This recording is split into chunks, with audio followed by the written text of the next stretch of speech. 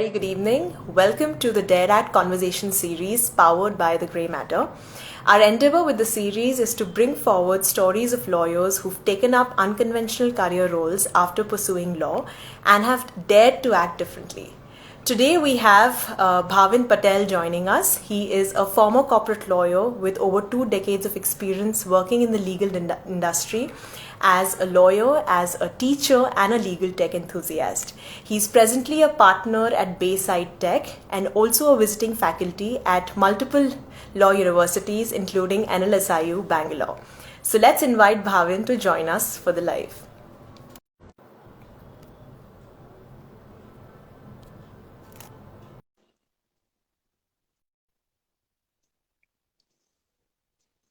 Bhavin, I've sent you an invite.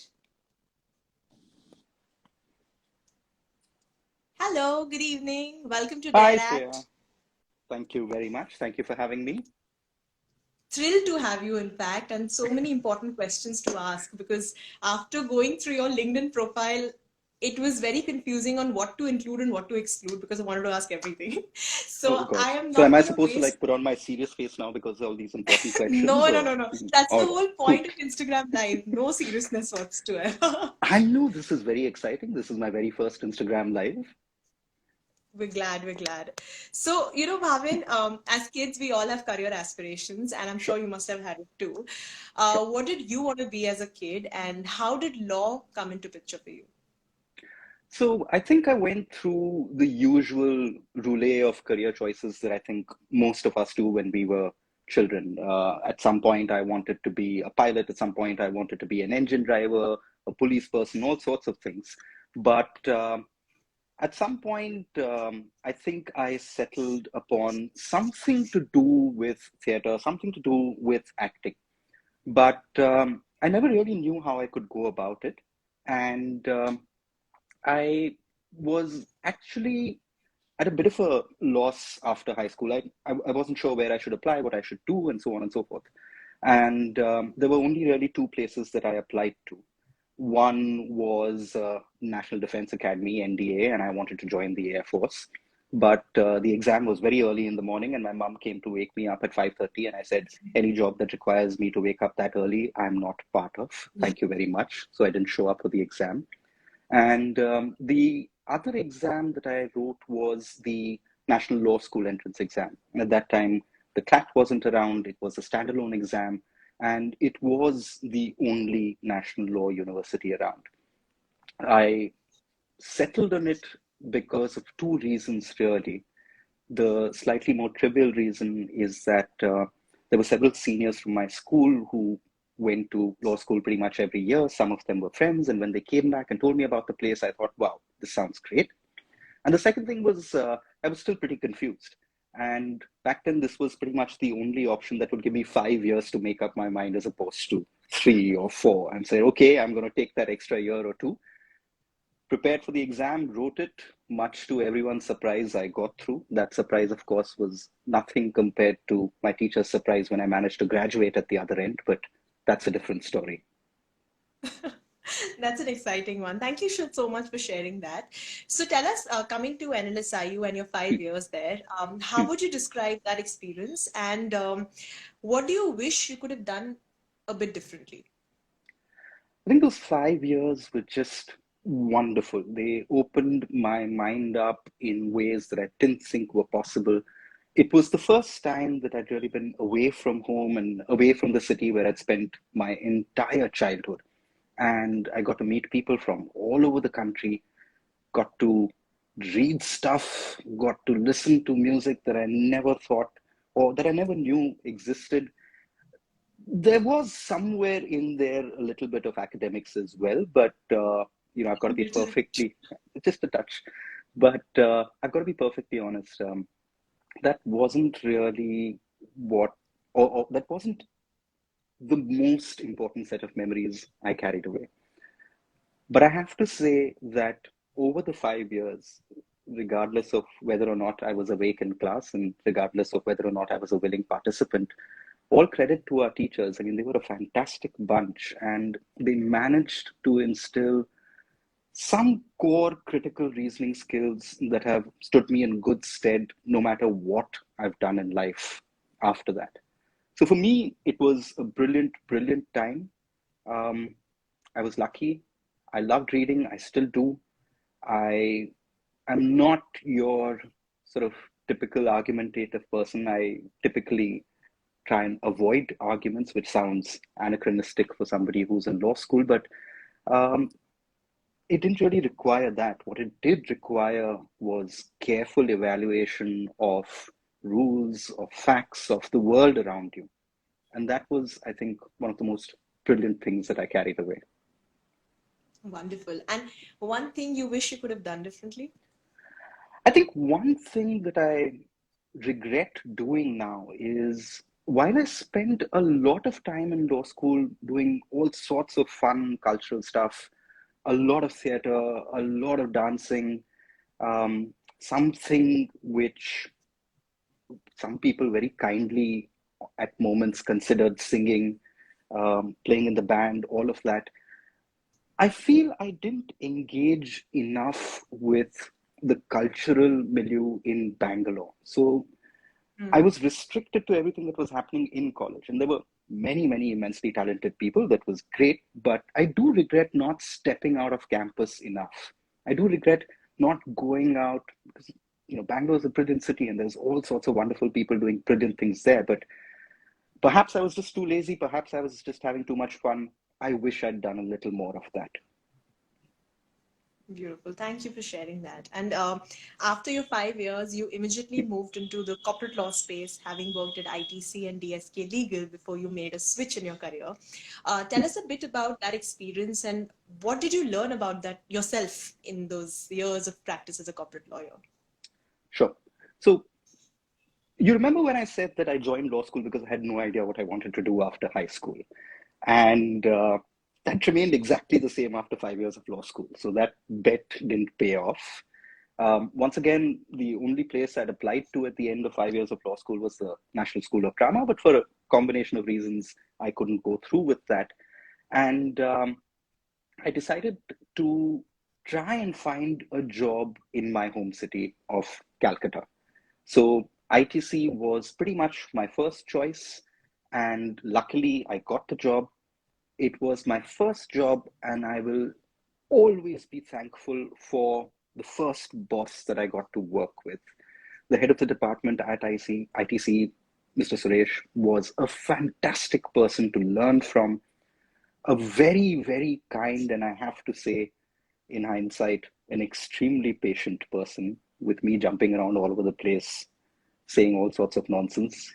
He was very, very patient. I learned a lot from him.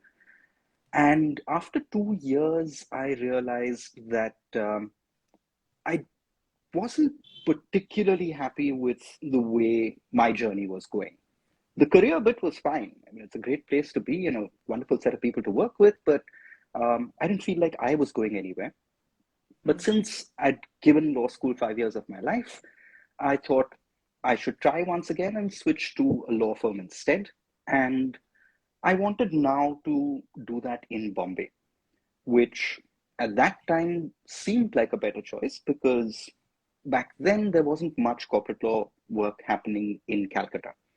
So I joined DSK Legal, and once again, it was a completely new area of law for me because I'd spent most of my time on areas such as indirect tax and labor while I was at ITC, and suddenly people are throwing around words like PE and DD and God knows what other sorts of acronyms. So had to be quick on your feet, had to land running and try and pick things up really, really quickly. Once again, that didn't last too long. That was just about a year or so. And I don't think, again, I was happy with the way my personal arc was going at that place. Nothing about the people there. They were all wonderful, got to learn a lot, but just not the right fit for me. Yeah. Do you agree that, if your heart is not in the subject so much, no matter how wonderful the surroundings are and how beautiful and amazing the mentors are, at some point you have to become real with yourself that, it's not going to help. Uh, did you have that kind of revelation for you while you were practicing as a corporate lawyer?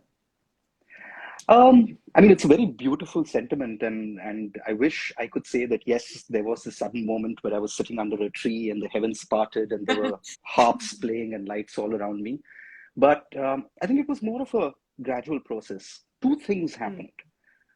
The first was I realized that the law firm space, the law firm culture wasn't for me.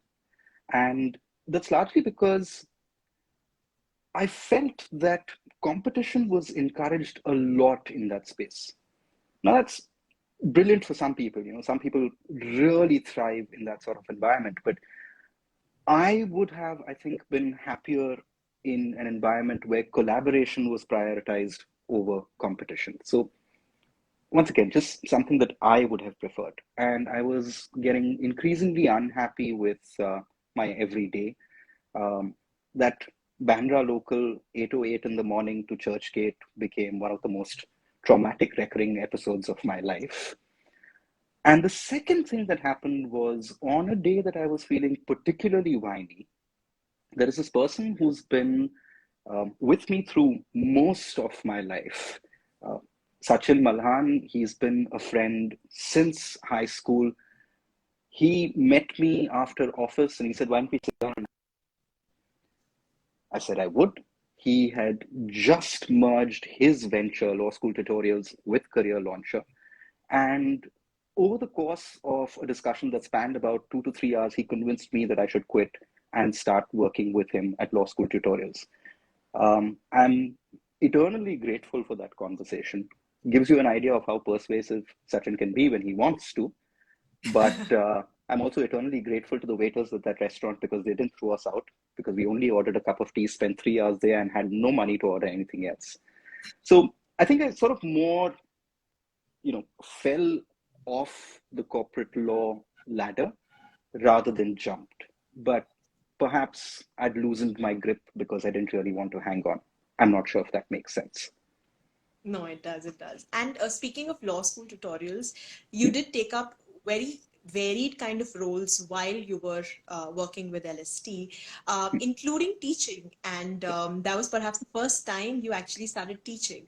yeah. So why don't you tell us about a little bit about the roles that you took up during your stint with LST, and also why do you love teaching so much that till date now you're actually a visiting faculty with various universities? Sure. So that wasn't actually the first time that I tried teaching of some sort. While I was in Calcutta, I joined a group of people and we were doing these theater and dance workshops for a bunch of street children who were at a shelter run by a school there. So, not sort of formal teaching, but that was probably my first experience trying to make sense to a whole bunch of young people. At LST, I was first brought on with the idea of launching new lines of business and in a more business focused role. Um, Once again, gives you an idea of how good a business person and entrepreneur Sachin is, because he soon realized that I was disrupting more businesses than setting new ones up. And at one point, he said, "Why don't you just go into a class and see what it's like? You know, try taking about 15, 20 minutes." More from the viewpoint that I'd get a better idea of what the business was about, what the product was about. Um, those 50, looking back, luckily managed to transition increasingly to a teaching and academic role. And I think what really, really got me hooked, what got me stuck onto teaching ever since is that I felt for the first time in my professional journey that I was actually doing something very close to what I always wanted to do, which is theater. I mean, if you think about it, going into a classroom with a set of PPTs or some topics that you want to teach and talking to people is a lot like stepping onto a stage with a scripted or a semi-scripted kind of you know background or preparation. Um, Getting up there, performing for those 45 minutes, 1 hour, 2 hours, whatever that might be, was great fun, and I haven't stopped liking it as much ever since. Wow. So basically, you're enacting a role of a teacher every time you step there and you discuss a certain theory or you talk about a certain aspect of law. So that's how you narrate it in your mind for yourself. I think I just sort of widen that lens a little bit. I don't.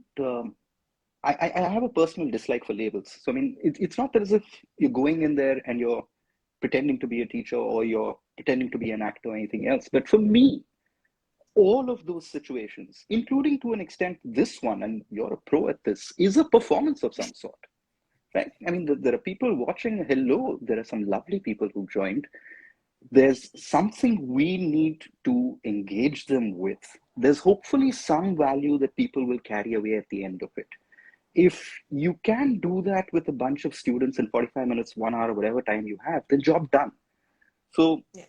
my suggestion would be, stop thinking that you have to be a teacher or an actor or whatever else, and just go out there, deliver. Just go out there, perform. Very well said. Thank you for sharing that. And you we will come to Bayside Tech, but just before that, I have to ask you this question. Sure. You've been in the startup space for a very good amount of time, keeping in mind your experience at LST, then Rainmaker, and now of course Bayside Tech. What have been your key learnings? As an entrepreneur, as somebody who's been in the, especially the legal tech space, which is still so new, for lawyers. What would you say have been your key learnings?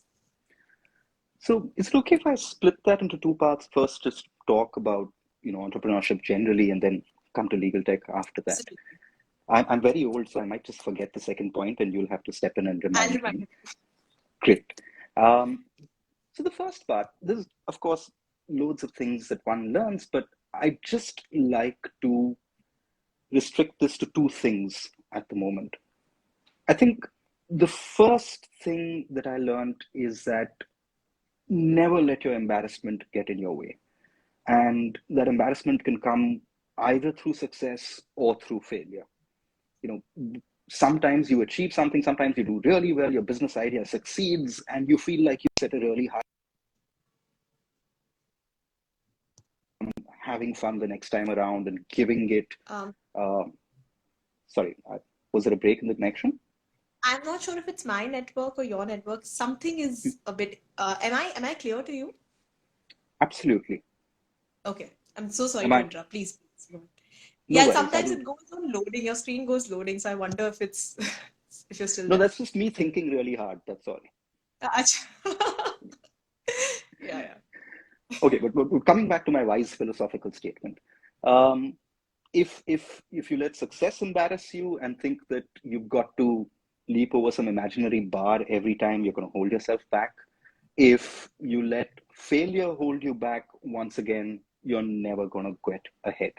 So that was the first thing that I learned. There's loads of things to learn from both success and failure, but every day, every new product, every new venture, start off completely fresh. Don't let the baggage of the past, whether it's good or bad, hold you back. That's one thing.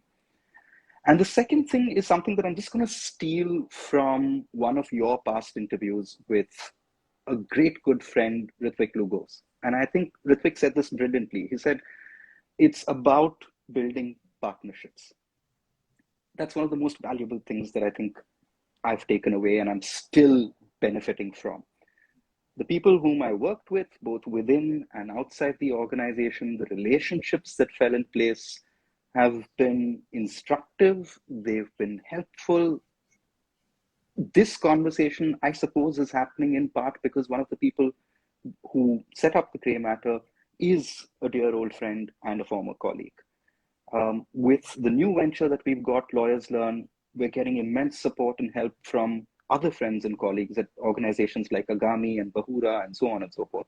And without that, I don't know that we would have been able to get to even a fraction of where we are now.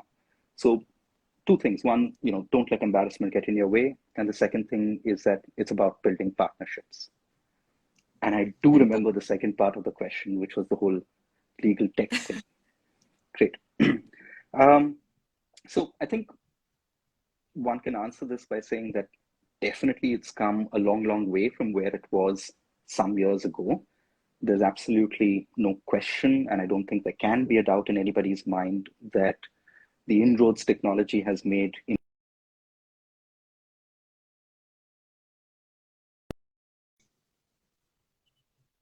vital that lawyers understand technology now. But I've also come to realize over the years that for some reason, most of us lawyers feel that technology is some sort of arcane, mystical, magical field that we aren't possibly equipped to approach. That results in a bit of reluctance to step outside one's comfort zone. That sometimes results in a fear of technology. And that, I think, is the big, big hurdle that all of us need to get past. To my mind, there's absolutely no question that as a profession, as a community, we need to engage with this field, understand it, use it. Equally, I think this is the one big obstacle that we all need to move past. Yeah, and how do you think one can move past this resistance that is constantly, there again and again every time legal tech is spoken about? I think it's easy to say that, just put it aside and just jump in and engage with it and everything will be fine. But that's really sort of an evasive answer. I think for a long time, I felt the need for somebody who can act as a bit of a bridge between both of these worlds, for some sort of guide that can help lawyers approach this new world and say that, look, there are already some things that there are some things that you're already good with. And these are the same things that you can use to try and understand the world of technology or the world of legal tech better. If we can spend a little more time thinking about those core critical reasoning skills that I talked about and which I said I took away from law school, and see if we can apply them in areas beyond the law, if we can apply them to technology, for example, I think all of us will be very, very pleasantly surprised and find that technologists are humans too. Very often they think in similar ways to the way that we do. And we do indeed have the core logical reasoning skills, critical thinking skills that will help us approach technology. If one is able to provide that sort of pathway, I think it becomes a lot easier to do it. The second thing I think that it's vital one asks oneself is, before you dive in even, ask yourself why you think you want to understand technology. There might be multiple answers and your pathway will vary depending on what your answer is. So if you want to become a tech lawyer, then perhaps you need to understand certain concepts and then move into one direction. If at the other extreme, you want to become a coder or developer and you want to build your own applications, then perhaps the starting point is the same, but you might take a sharp right where the other person takes a left turn. But knowing where you want to go is probably a good idea before you start walking or running. So I'd suggest that, let's look at these two things. Personally, answer what you want to achieve with this. At a more general level, try and see what sort of common logical approaches exist across both these areas. Thank you. Thank you for sharing that. And speaking of technology, a little bit on the Bayside Tech, your company basically. So there is one vertical which provides innovative tech solutions to make legal processes faster and simpler. And then you have a separate vertical called Lawyers Learn, which you mentioned about, primarily catering. It's more on the educational program side. It'll be nice if you could just dive into both and explain us what are they meant to do. Sure. So let me take up the consulting and legal tech side first. So I came back to Bombay from Pondicherry, where I was in about 2015. I worked in-house at a friend's startup for some time. And after that, got together with a bunch of other lawyers and technologists. So a lovely little group, about 50-50 lawyers and technologists. And we decided to start Bayside Tech. And that's about all we decided. We had no idea what we were going to do with it. But we decided that certainly there was a need for technology in the legal profession, and we'd find a way to figure out how to run a business off that idea. So the first thing that we did was to create a product of our own called Kata, which is a document assembly product. And we had a reasonably good run with that. But we realized soon enough that we are a small team and we love being a small team. And so we'd rather focus our attention towards consulting and help solve people's problems rather than building product after product. So today, the consulting division of Bayside Tech works with lawyers who may be in in-house legal departments or law firms or elsewhere, tries to map out their workflows for them. We try and identify where the most friction might be or what's holding things up, and then help them identify solutions for that. These solutions may range from products that are already on the market, or we might develop tiny little bits and bobs, a few scripts here and there that can take some of that friction off. So that's a very, very interesting and engaging exercise. And that teaches you a whole lot of things, not just about technology, but also about lawyers. And I'm one of those strange little group of people who likes lawyers and likes working with lawyers. So it's immense fun. And I think, just sorry to cut you there. The fact, it just occurred to me, the fact that you're not just going out there to lawyers saying, here's a product that will solve your problem. I think the critical point here is getting them involved, and, getting them on the table to really discuss the issue kind of brings the relevance out to make them feel like, okay, wow, Bayside is actually listening to our problem, and this is the problem, and we are going to solve it together. So I think that's again collaboration. It just comes down to collaboration, what you mentioned at the very beginning. absolutely, absolutely. And I'll take all the credit on all the nice things you're saying about us, and I'll pretend that we thought about all of that. But there's a very, very prosaic, pragmatic reason for this, right? Which is that at that level, technology isn't about, or isn't like buying a new phone or buying, a new gadget and it works straight out of the box. It never does. uh, any legal tech solution is going to require adoption. It's going to require all the stakeholders to want to use it, and it's got to actually solve their problems. So there's no sense pushing products onto people that aren't really made for them or that aren't going to make sense for them. It's a much better idea if you really try and take the time to understand what the problem is and then figuring out a solution. So I think it also makes practical business sense. But yes, like I said, I will take all the nice things you said about us and pretend that we have all of that within us.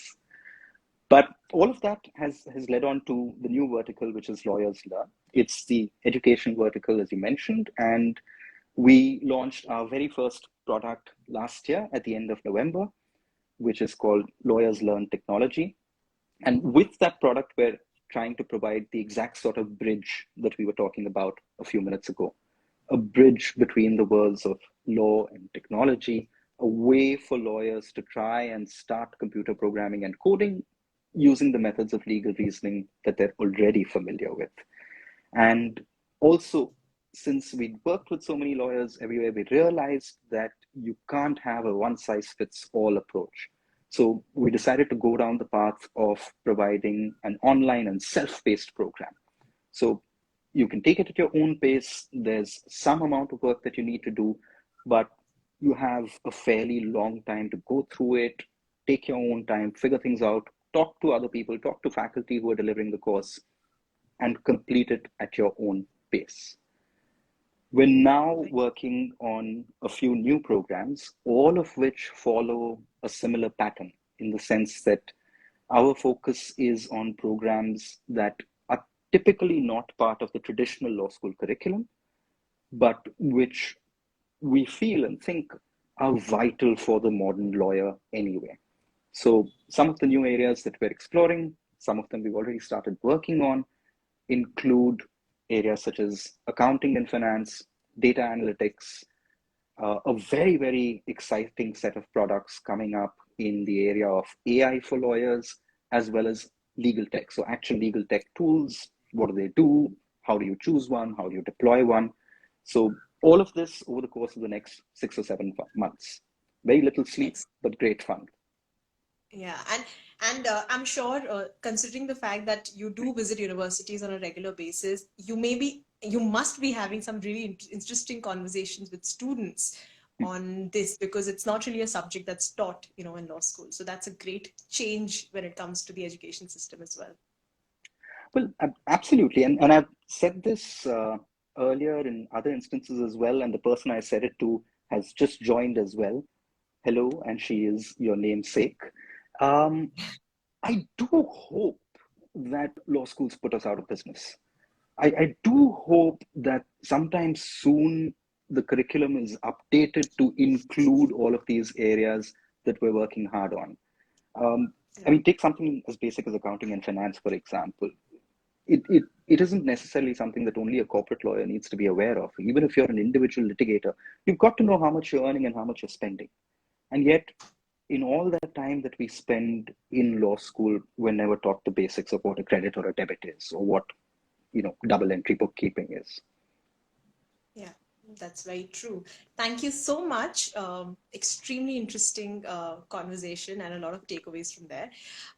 So, on a lighter note, you know how we all have passions and we have hobbies, and when life takes over, especially the professional life, all of these passions and hobbies kind of become less, they're not priority anymore.